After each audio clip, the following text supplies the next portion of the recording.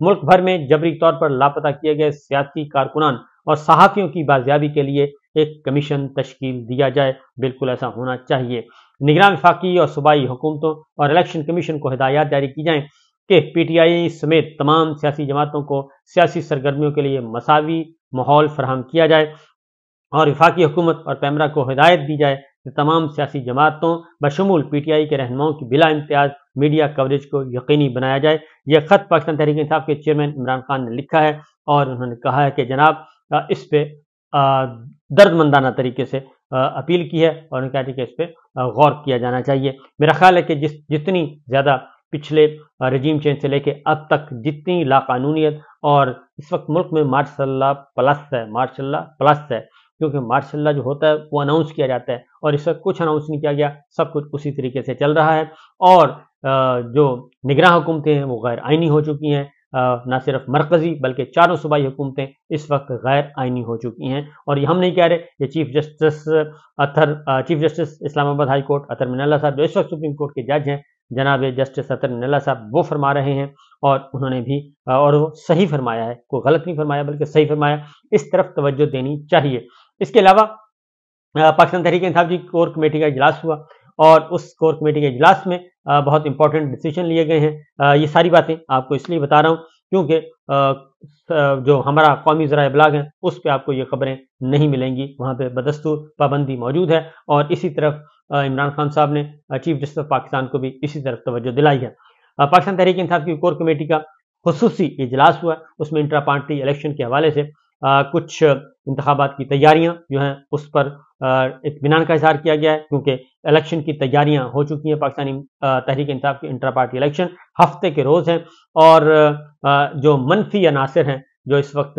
شکست خوردہ ہیں بلکہ دل شکستہ ہیں، ان کے دل ٹوٹے ہوئے ہیں، وہ کافی ایکٹیو ہوئے ہیں، لیکن ان کا بننا کچھ نہیں ہے۔ اس کی وجہ یہ ہے کہ پاکستان تحریک انصاف ایک جماعت بن چکی ہے، اور یہ جو خاص طور پہ 9 اور 10 اپریل کے بعد رجیم چینج کے بعد جو اس کو مار پڑی ہے، اس مار میں واقعتاً پاکستان تحریک انصاف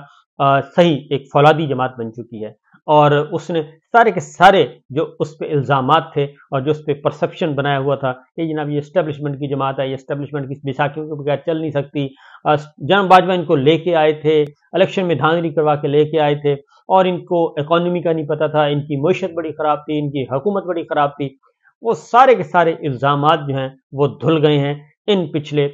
15-16 مہینوں میں، اور اب سارے کے سارے پاکستان کے عوام کی بہت بڑی اکثریت جو ہے وہ عمران خان صاحب اور پاکستان تحریک انصاف کے ساتھ کھڑی ہے، اور وہ اس لیے کھڑی ہے کہ اس نے کمپیریزن کر کے دیکھ لیا ہے کہ یہ جو 15 مہینوں میں شہباز حکومت اور 15-20 جماعتوں کی ساری جماعتوں نے مل کر جو پاکستان کا ستیہ ناش کیا ہے اور پاکستانیوں کی بے توقیری کی ہے، پاکستان کی خواتین کی، بچوں کی، بوڑھوں کی، ماؤں کی، بہنوں کی، بیٹیوں کی جو بے توقیری کی ہے، وہ بھی اور میڈیا کو بھی پتہ چل چکا ہے کہ ان پہ کتنا ظلم ہوا ہے۔ کوئی بولے یا نہ بولے یہ ایک الگ بات ہے، لیکن سب کو اپنے اندر پتہ ہے، جب بھی اپنے گریبان میں جھانکتے ہیں انہیں پتہ ہو جاتا ہے کہ اس وقت ہو کیا رہا ہے۔ بہرحال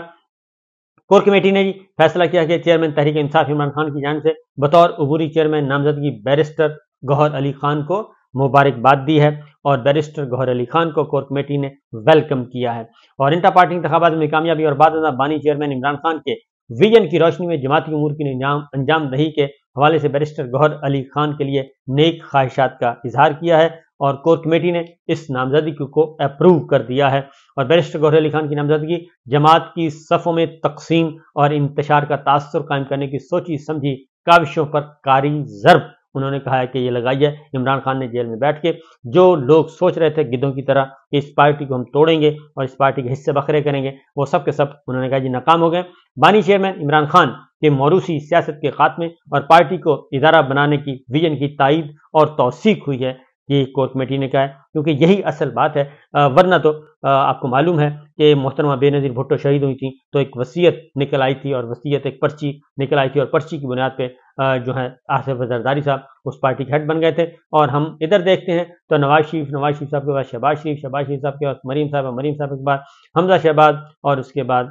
دیگر وہ خاندان کا سلسلہ چل رہا ہے، اور پچھلی کابینہ میں بھی اس وقت بھی بہت زیادہ آپس میں ہی رشتہ دار جو ہیں وہ اکٹھے ہوئے ہیں۔ یہ بنیادی طور پہ سیاسی جماعت نہیں ہے، یہ ایک کلب ہے، اور ایلیٹس کا کلب ہے اور خاندانی کلب بنے ہوئے ہیں پولیٹیکل پارٹیز، تو عمران خان صاحب نے وہ سارے کا سارا تاثر ختم کیا ہے. اسی لیے کور کمیٹی نے کہا ہے کہ موروثی سیاست کا ہم نے خاتمہ کر دیا ہے. اور عمران خان صاحب بانی چیئرمین عمران خان کے اہل خانہ کو بے جا سیاست میں گھسیٹنے اور جماعتی معاملات میں مداخلت یا فیصلہ سازی پر اثر انداز ہونے کا جھوٹا من گھڑت اور سازشی بیانیہ اپنی موت آپ مر چکا ہے. اور نہایت غیر معمولی حالات میں نہایت اہم منصب پر جماعت کے ایک محنتی وفاشار اور قابل رکن کی نامزدگی چیئرمین کے جماعت کے حوالے سے ویژن میں بے مثال عملی نظیر ہے. اور نیاز اللہ نیازی کی بطور chief election commissioner Pakistan Tehreek Insaf تعیناتی پر بھی ان کو مبارکباد دی گئی ہے، کیونکہ نیاز اللہ نیازی صاحب پہلے چیف الیکشن کمشنر جو پاکستان تحریک انصاف کے انٹرا پارٹی الیکشن کے تھے وہ بیرسٹر گوہر تھے، انہوں نے اس سے استعفیٰ دیا. اب نیاز اللہ نیازی کو مقرر کیا گیا ہے chief election commissioner Tehreek Insaf. اب وہ الیکشن کروائیں گے، کنڈکٹ کروائیں گے. نیاز اللہ نیازی کی جانب سے بطور چیف الیکشن طے شدہ شیڈول کے مطابق انٹرا پارٹی انتخابات کے انعقاد کے حوالے سے نیک تمناؤں کا انہوں نے اظہار کیا ہے اور یہ کہا ہے کہ مکمل اتحاد اور یگانگت سے یکجان ہو کر اپنے حقیقی اہداف کی جانب بڑھیں گے. اور بانی چیئرمین عمران خان کی قیادت میں قومی انتخابات میں بے مثال کامیابی کے ذریعے آئین کی بالادستی، قانون کی حکمرانی اور ملک کی حقیقی آزادی کی تاریخی جدوجہد کو منزل تک ہمکنار کریں گے. یہ کور کمیٹی نے فیصلہ کیا ہے. چیف جسٹس آف پاکستان کو ایک اور خط لکھا گیا جی، اور وہ ہے جسٹس مظاہر علی اکبر نقوی صاحب. ان کے ساتھ کافی زیادتی ہو رہی ہے، ان کو سیاسی انتقام کا نشانہ بنایا جا رہا ہے اور ان کو سیاسی انتقام کا نشانہ نون لیگ بنا رہی ہے. اور نون لیگ کے کہنے پر ہی یہ سارا، جب شہباز حکومت تھی رانا صاحب نے اور دیگر وزراء نے یہ سارا سلسلہ شروع کیا تھا اور اب اس کو سپریم جوڈیشل کونسل میں لے کر گئے ہوئے ہیں اور سپریم جوڈیشل کونسل کے ذریعے آنن فانن وہ فیصلہ چاہ رہے ہیں. لہذا چیف جسٹس جناب جسٹس قاضی فائز صاحب اور سینئر موسٹ جج جسٹس سردار طارق مسعود صاحب اور جسٹس اعجاز الحسن صاحب، یہ سپریم جوڈیشل کونسل کے 3 سینئر موسٹ ممبرز ہیں، سپریم کورٹ کے جج بھی ہیں اور چیف جسٹس صاحب اس میں انکلوڈ ہیں. تو ان کے نام خط لکھا ہے ایک جسٹس مظاہر علی اکبر نقوی صاحب نے، اور انہوں نے کہا ہے کہ وہ کیونکہ سپریم جوڈیشل کونسل کی کارروائی کو وہ چیلنج کر چکے ہیں اور وہ پینڈنگ ہے سپریم کورٹ آف پاکستان کے سامنے. ظاہر ہے جو بینچوں کی تشکیل اور سارا کا معاملہ ہے 184(3) کے تحت اب وہ چیف جسٹس قاضی فائز صاحب، جسٹس سردار طارق مسعود صاحب اور جسٹس اعجاز الحسن صاحب دیکھتے ہیں. اس لیے ان تینوں آنریبل ججز کو خط لکھا ہے جسٹس مظاہر علی اکبر نقوی صاحب نے اور ان کو توجہ دلائی ہے ان کی، اور ان سے استدعا کی ہے کہ جناب اوپن کورٹ میں میرا مقدمہ چلایا جائے. میں پیٹیشن فائل کر چکا ہوں، اس کو ٹیک اپ کیا جائے. یہ کوئی انوکھی مطالبہ نہیں کر رہے. وہ چیف جسٹس سابق افتخار چودھری صاحب کو جب ان کے خلاف ریفرنس آیا تھا تو انہوں نے بھی یہ چیلنج کیا تھا، تو سپریم کورٹ نے پھر اوپن کورٹ میں سنا تھا اور ان کو ریلیف ملا تھا. اسی طریقے سے موجودہ چیف جسٹس قاضی فائز صاحب کے خلاف جب ریفرنس آیا تب بھی یہ اوپن کورٹ میں گیا تھا اور اوپن کورٹ نے ڈیسائیڈ کیا تھا. تو وہی جو ریلیف ہے، وہی انصاف اس وقت جسٹس نقوی صاحب مانگ رہے ہیں اپنے ہی ساتھی ججوں سے. سپریم جوڈیشل کونسل نے اعتراضات پر فیصلہ نہیں کیا ابھی تک، اور دوسرا شوکاز نوٹس جاری کرنے سے پہلے کونسل پر اعتراضات کا فیصلہ کرنا ضروری تھا. یہ موقف اختیار کیا گیا. اس خط میں جسٹس مظاہر علی نقوی صاحب نے کہا ہے کہ درخواست 184(3) کے شق 3 کے تحت میں نے دائر کی ہے، اس لیے انصاف کا تقاضا ہے کہ پہلے اس کو سنا جائے. اور شوکاز نوٹس کا جواب جسٹس مظاہر علی نقوی شوکاز نوٹس کا جواب جسٹس مظاہر علی اکبر نقوی شوکاز نوٹس کا جواب جسٹس مظاہر علی اکبر نقوی صاحب کی جانب سے ان کی درخواست میں دیا گیا ہے. جسٹس نقوی صاحب نے سپریم جوڈیشل کونسل کے دونوں شوکاز نوٹس سپریم کورٹ میں چیلنج کیے ہیں. تو میں سمجھتا ہوں کہ یہ ہونا چاہیے. اور اب آتے ہیں جی یہ ایک ان کو انصاف ملنا چاہیے، اور دوسری جانب کیونکہ انہوں نے بڑے بڑے فیصلے دیے ہوئے ہیں، اور دوسری جانب آتے ہیں جی نون لیگ، اس میں